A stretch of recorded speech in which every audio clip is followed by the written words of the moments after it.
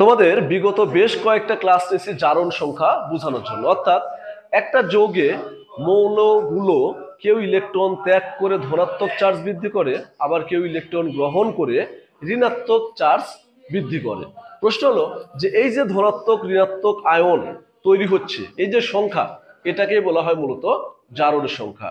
তোমরা বোর্ডে একটা আয়ন দেখো যেটাকে বলা হচ্ছে S4O6।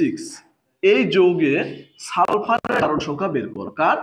সালফারের জারণ সংখ্যা। ওকে, তাহলে কিভাবে তোমরা বের করবে? সালফারকে ধরে নাও এক্স, তাহলে এক্স গুণন কত হবে?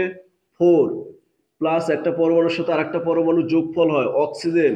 আমরা বলছি সাধারণ অক্সাইডে অক্সিজেনের জারণ সংখ্যা কত তাসির?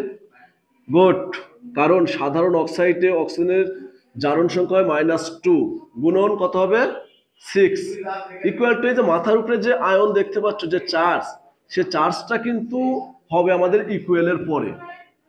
তোমরা এটাতে বুঝতে হবে যে মাথার উপরে যদি কোনো চার্জ না থাকে তাহলে ইকুয়ালের পরে কি দিতাম? শূন্য।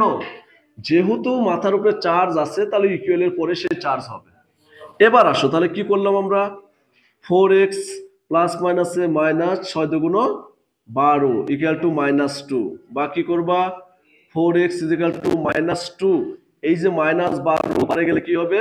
+12, বা x ইকুয়াল টু কি দিবা? +10/4, 10/4 করলে কত হয়? +2.5, অর্থাৎ এই আয়নে সালফারের জারণ সংখ্যা কত? 2.5। তো এর চেয়ে কঠিন আর তোমাদের জারণ সংখ্যা আসবে না। যদি আসে তবুও তোমরা এই নিয়ম ফলো করলে পারবে। ধন্যবাদ।